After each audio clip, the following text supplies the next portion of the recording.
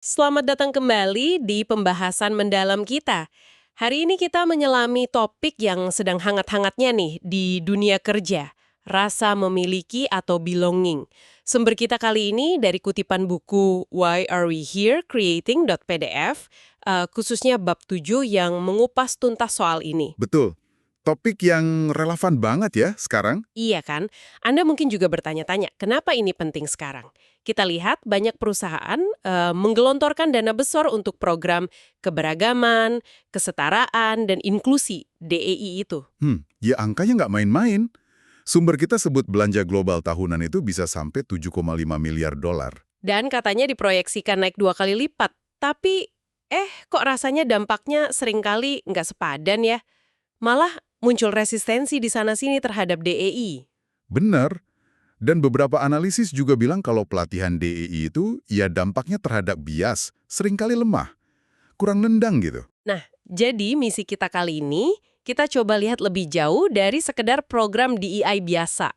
Kita mau gali dari sumber ini, gimana sih caranya membangun budaya belonging yang otentik? Sesuatu yang mungkin lebih mendasar ya, lebih ke hulu, bukan cuma di hilir. Tepat. Yuk kita mulai bedah bersama. Oke, jadi pertama-tama belonging ini memang agak rumit. Kenapa? Sebagian karena otak kita itu punya kecenderungan alami untuk mengotak-ngotakan. Ini kita, itu mereka.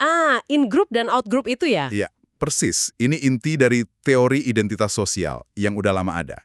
Intinya, begitu ada pembagian kelompok, sekecil apapun, bibit-bibit diskriminasi itu bisa muncul. Wah, otomatis gitu ya prosesnya di otak kita. Bisa dibilang begitu, dan efeknya di dunia nyata bisa sangat personal.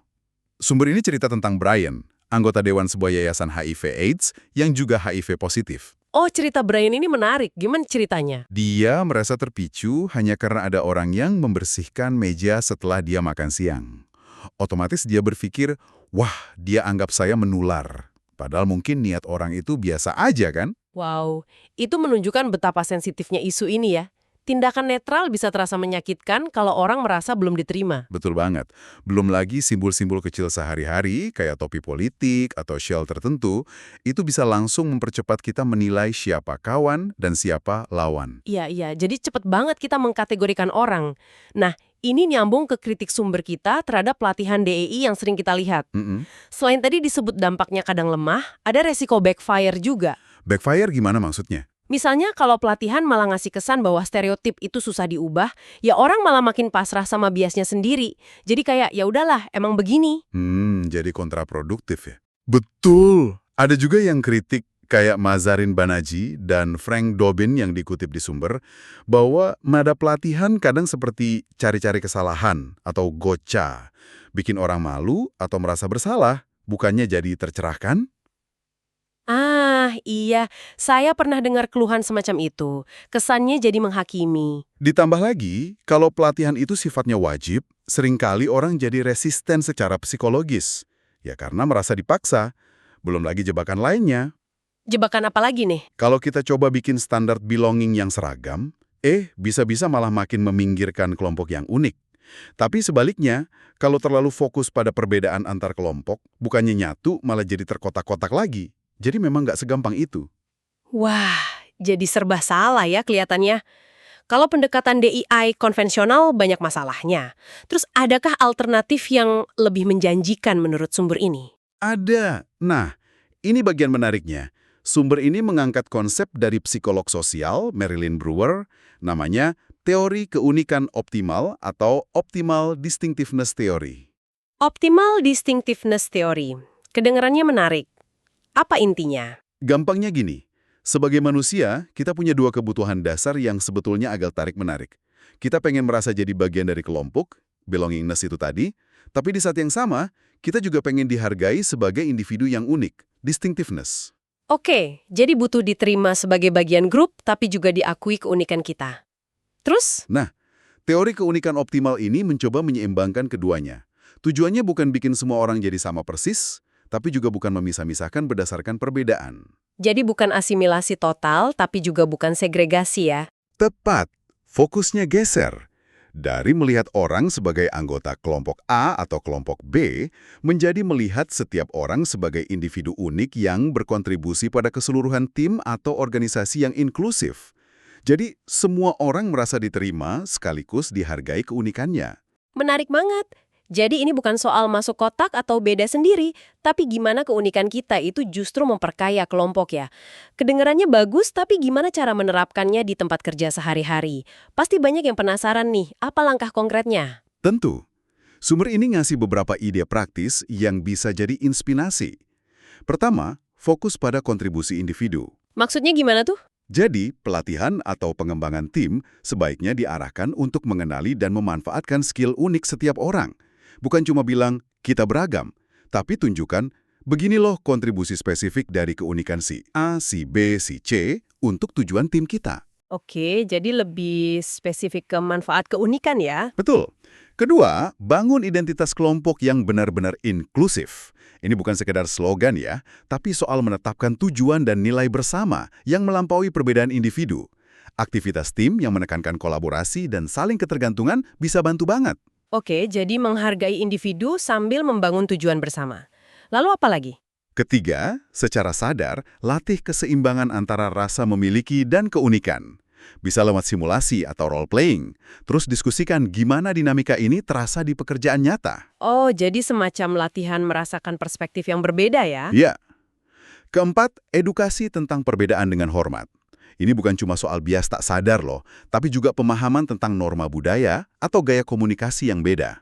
Latih cara bertanya yang sopan, respectful inquiry, saat ada perbedaan. Penting nih biar nggak salah paham atau malah menyinggung. Bah, itu dia. Dan kelima, penting sekali, libatkan pemimpin secara aktif. Komitmen dari atas itu kunci banget. Tanpa itu, susah jalannya. Setuju. Ini nyambung juga ke proses rekrutmen ya. Gimana kita memastikan keunikan optimal ini sudah dimulai dari awal? Sumber ini nyinggung soal perubahan dari culture fit ke culture ed. Bisa dijelasin dikit? Tepat sekali. Perekrutan itu kan gerbang utama ya. Bias di sini, sadar atau enggak, bisa nutup pintu buat talenta beragam. Sumber menyarankan beberapa perubahan konkret.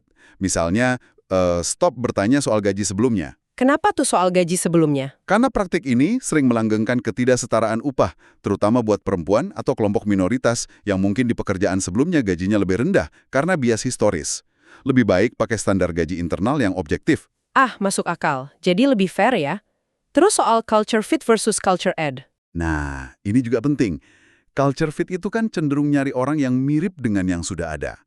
Kayak nyari teman main gitu. Biar nyambung. Iya. Tapi culture ed itu kebalikannya. Kita justru mencari orang yang membawa sesuatu yang baru, perspektif atau keahlian unik yang bisa menambah kekayaan budaya tim kita. Jadi pertanyaannya bukan apakah dia cocok, tapi apa nilai tambah unik yang dia bawa, gitu ya? Persis. Ini sejalan banget sama prinsip keunikan optimal tadi. Gunakan juga asesmen standar dengan hati-hati ya. Jangan cuma andalkan itu. Perlu kombinasi metode. Oke, jadi fokusnya pada nilai tambah unik. Sekarang, katakanlah kita sudah mencoba menerapkan ini semua. Gimana kita tahu ini berhasil? Tadi sempat disinggung soal masalah pengukuran dan akuntabilitas dalam DEI. Betul, ini salah satu titik lemah yang sering dikritik. Lily Zhang, dalam artikel HBR yang dirujuk sumber, bilang banyak organisasi suka acara DEI inspirasional sekali jalan, tapi enggan mengubah struktur insentif atau kekuasaan yang sesungguhnya. Jadi cuma di permukaan aja gitu ya? Bisa jadi, statistik dari Workday Siapio juga nunjukin cuma sekitar 20% perusahaan global yang beneran ngukur dampak bisnis DEI mereka. Sedikit banget kan? Wah, iya juga ya. Terus pengukuran yang ada gimana? Udah benar belum? Nah, itu masalahnya. Pengukuran yang ada pun seringkali dangkal. Survei setelah pelatihan mungkin cuma nguji ingatan, bukan perubahan perilaku. Atau tingkat penyelesaian survei jadi ukuran sukses, bukan partisipasi berdasarkan demografi. Ini jelas kurang. Jadi nggak kelihatan dampak nyatanya ya? Makanya perlu data kualitatif, wawancara, diskusi kelompok kecil untuk melengkapi angka. Dan yang paling penting, harus ada tindak lanjut dari data itu. Jangan cuma nanya, kalau nggak ada niat buat merespon, itu malah bikin sinis nantinya. Setuju banget. Mengukur itu penting, tapi bertindak berdasarkan ukuran itu jauh lebih penting. Tapi bertindak, apalagi kalau harus menantang status quo atau perilaku yang nggak baik, pasti butuh keberanian ya? Nah, ini pas banget. Nyambung ke konsep keberanian sosial atau social bravery yang juga dibahas, terutama terkait pengalaman Amy Cuddy. Oh iya, Amy Cuddy yang riset power posing itu kan? Gimana ceritanya? Persis. Risetnya viral banget, tapi kemudian dia justru mengalami perundungan akademik yang hebat sampai akhirnya keluar dari Harvard. Ini contoh ekstrim, tapi penting. Perundungan di tempat kerja itu nyata, merusak, dan traumatis. Serius, sampai segitunya? Iya. Dan bukan cuma buat korban loh, tapi juga buat yang melihat bystanders tapi diam saja. Itu juga ada dampaknya. Kadi menemukan perundungan sering terjadi di bidang status tinggi kayak hukum, keuangan, akademik. Dan targetnya siapa biasanya? Seringkali orang yang sukses, tapi dianggap orang luar dari kelompok dominan. Muncul semacam garis kebencian gitu. Nah, keberanian sosial menurut Kadi adalah tindakan sadar, berisiko secara sosial, demi keadilan dan dilakukan dengan hormat. Jadi berani speak up meskipun ada risiko sosial ya? Betul. Orang yang berani melakukan ini, brave hearts, seringkali termotivasi oleh empati, mungkin karena pernah ngalamin hal serupa. Intinya, tanpa keberanian sosial dari individu-individu di dalamnya, organisasi berisiko kehilangan talenta hebat dan membiarkan budaya toksik tumbuh subur. Ini pelajaran penting banget soal keberanian individu. Nah, selain itu, sumber kita juga menekankan perluasan dari DEI menjadi DEIA. Huruf A-nya itu untuk aksesibilitas. Bisa dijelasin kenapa ini krusial dalam konteks belonging? Ya, penambahan A untuk accessibility ini penting banget.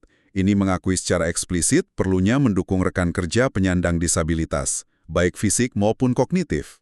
Kadang ini suka terlewat ya dalam diskusi DEI. Iya. Jennifer Charlesman Brown, konsultan disabilitas yang juga penyandang artritis reumatoid, berbagi cerita di sumber gimana dia merasa dipermalukan saat kursi khususnya dipindahkan secara mencolok di rapat. Katanya, niat baik saja nggak cukup, perlu empati dan pemahaman yang tulus. Benar juga. Empati jadi kunci ya. Dan potensinya besar loh. Di AS saja, mempekerjakan 1% penyandang disabilitas bisa nambah PDB 25 miliar dolar. Mereka bawa keragaman pemikiran yang berharga. Tapi realitanya, tingkat pengangguran mereka masih jauh lebih tinggi. Sayang banget ya potensinya nggak termanfaatkan. Iya, Fiona Dermar, konsultan disabilitas lain yang tunanetra, menekankan pentingnya tempat kerja yang aman untuk mengungkap kondisi tanpa takut, dan butuh manajer yang proaktif mendukung. Kita juga perlu ingat, banyak disabilitas tak terlihat, invisible disabilities, kemungkinan besar sudah ada di tim Anda sekarang. Termasuk neurodiversitas juga ya? Ini kan lagi banyak dibahas. Betul, ada perdebatan apakah itu masuk disabilitas atau bukan, tapi intinya sama. Fokusnya seharusnya pada bagaimana lingkungan kerja bisa lebih ramah disabilitas miset, bukan pada kekurangan individunya, misalnya soal pencahayaan atau tingkat kebisingan. Oke. Lalu gimana dengan inklusivitas LGBTQ+? Ini juga bagian penting dari belonging kan? Sangat penting, apalagi kalau lihat demografi, 1 dari 4 Gen Z itu mengidentifikasi sebagai LGBTQ+. Data juga nunjukin, kayak riset McKinsey, perusahaan yang inklusif LGBTQ+, itu unggul dalam kepuasan karyawan, retensi, bahkan kinerja finansial. Jadi ada business case-nya juga ya? Bukan cuma soal hak asasi. Jelas. Ini bukan cuma soal pasang bendera pelangi pas Pride Month, tapi soal perubahan budaya kerja yang benar-benar menerima. CEO Glade, Sarah Kate Ellis, bilang mayoritas publik sebenarnya mendukung kesetaraan hak.